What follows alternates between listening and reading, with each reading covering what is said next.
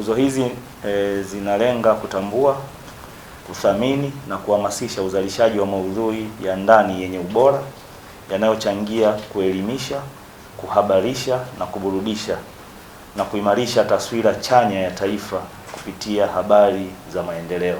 Tuzo hizi zimekuwa kichocheo muhimu cha kuhamasisha uandishi na uandaaji wa habari na makala zinazozingatia utafiti na uchambuzi wa kina wa masuala ya maendeleo, uwajibikaji, uzalendo na ujenzi wa taswira chanya ya taifa. Kwa mwaka huu 2026 makundi yako matatu. La kwanza ni tuzo maalum ya kitaifa za kitaifa. Ya pili ni tuzo kwa vyombo vya habari na tatu ni tuzo za kisekta. Mchakato wa kupokea kazi utaanza rasmi tarehe 31 Mei ambayo ni leo na kuhitimishwa tarehe 30 Juni 2026 kupitia tovuti ya samiaawards.tz.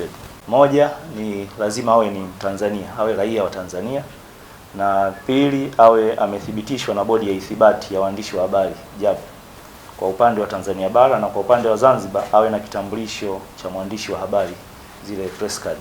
Na sifa ya tatu, asiwe na rekodi ya kutiwa hatiani kwa kosa lolote la jinai.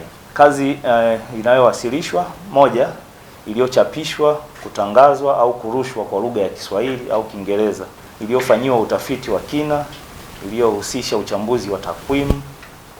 Tatu, inayohusisha vyanzo vya habari visivyopungua 4.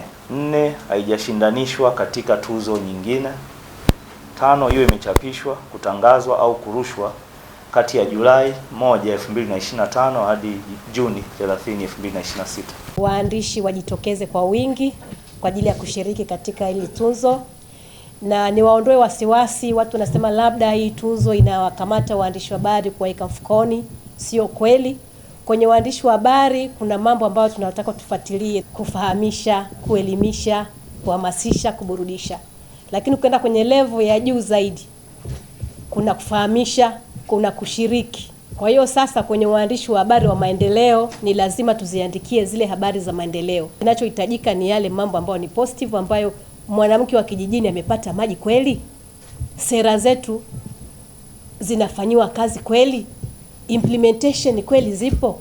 Pasipokuwa na hizo habari za maendeleo hatutaweza kufika kokote. Mwaka huu kuna hiki kigezo cha kuwa na ithibati. Kwa hiyo nashauri wale wote ambao wanashiriki kwenye hizi tuzo basi wahakikishe kwamba wanakuwa na ithibati, wamethibitishwa na bodi ya ithibati ya waandishi wa habari. Ni muhimu sana kwa sababu ni takwa la kisheria na ni kitu ambacho hatuwezi kukikwepa. Kwa hiyo ni muhimu waandishi wote wawe na hiyo ithibati.